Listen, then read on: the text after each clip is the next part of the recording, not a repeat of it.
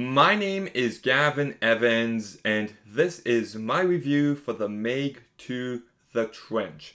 And this movie has had zero marketing behind it. I see almost every movie in theaters, and I haven't seen the trailer a single time. Like, there is just no buzz surrounding this movie. And it became crystal clear why this afternoon when the review embargo dropped and just a wave of terrible reviews came out. And everybody is just destroying it. Everybody hates this movie. Even the critics who like everything hate this movie. So I didn't really want to go at this point. But I already bought my tickets, so I sucked it up and gave it a try.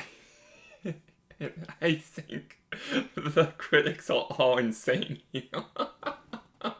It's not a bad movie. It's not.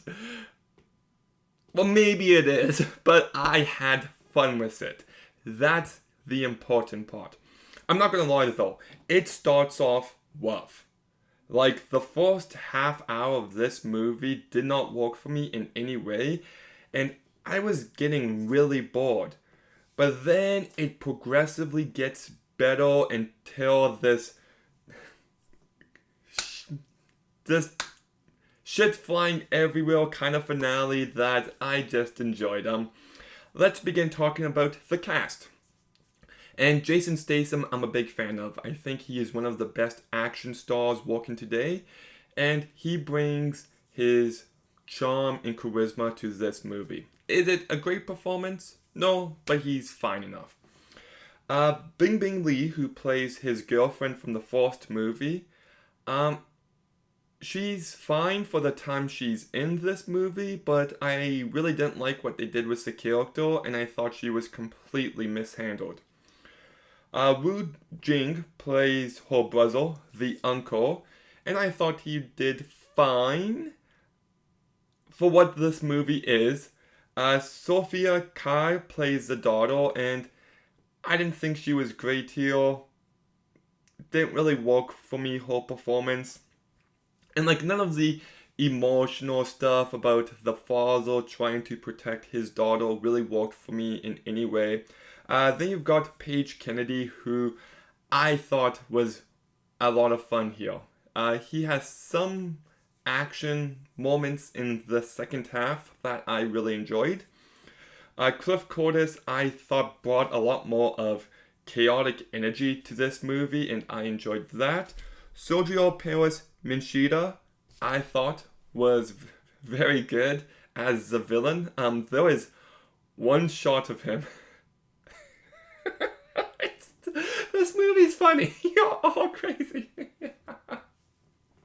All I'll say is there's a scene when he is stuck somewhere and he gets out of that location, and then we've got Skylar Samuels, who I guess is really over the top for this movie. There was one scene with her that I thought was just 10 out of 10. Absolute gold.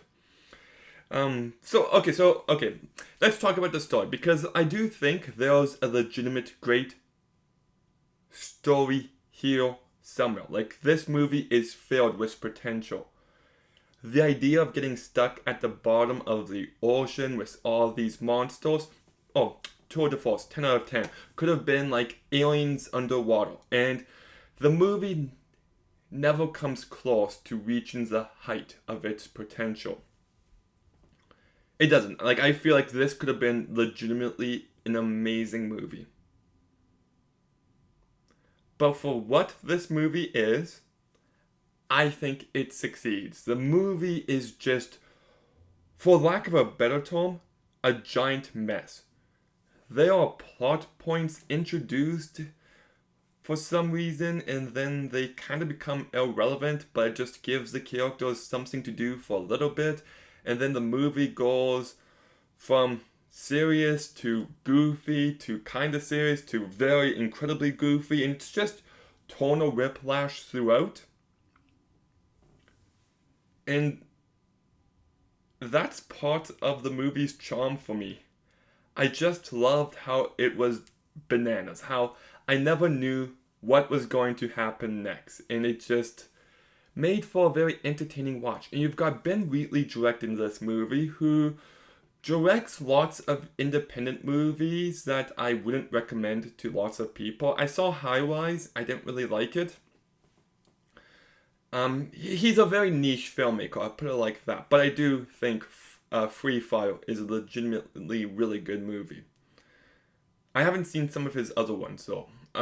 Anyways, his direction here is very amateurish and it's all over the place. You can tell he has never worked with a budget of this size before, and it's so apparent in the last act. There is some very questionable CGI. And that's just part of the movie's charm for me. Look, the issue with a movie like Sharknado is that it's trying too hard to be bad. But here, it feels organically just how bad and goofy and absurd it is. And because of that, it works a lot better. And everyone is taking this movie very seriously. And there was some kills that I outright loved. There was some moments, some images that I just adored. And I'm sure there's lots of critics on YouTube complaining about one scene at the halfway point where Jason Statham has to rescue a few people.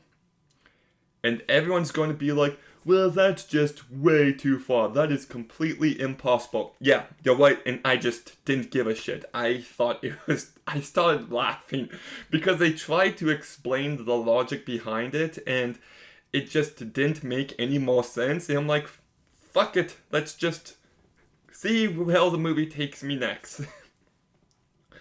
And then you get to the last act, and like I said, it's just crazy. It is out there. It has dinosaurs, well, kind of dinosaur-like creatures. It definitely tried to remind you of Jurassic Park, and I had fun with it. So, do I recommend this movie? I honestly don't know. Like, it's a mess.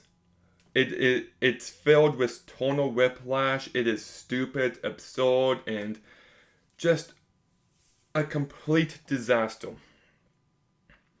But that's what I liked about it. I thought it was entertaining, it was memorable, and like, some people are going to be like, oh, well, it's objectively bad, but subjectively good. And I don't believe in that. There's no objectivity in film criticism. I think this movie is legitimately a fun time if you're able to meet the film's wavelengths. So, take that into consideration. I can't promise you'll like it, but that's the way it goes. So I'll give The Meg 2 The Trench a 6 out of 10. Yes, this movie to me is on the same level as Mission Impossible Dead Reckoning and Guardians of the Galaxy Volume 3, and I don't care what anyone frickin' says. It's my channel and my reviews. But have you seen The Meg 2 The Trench? What did you think about it? I got a feeling everyone in the comments is going to disagree with me, but let me know down below. Make sure you like, comment, subscribe. Stay tuned for more videos soon, and Gavin, out.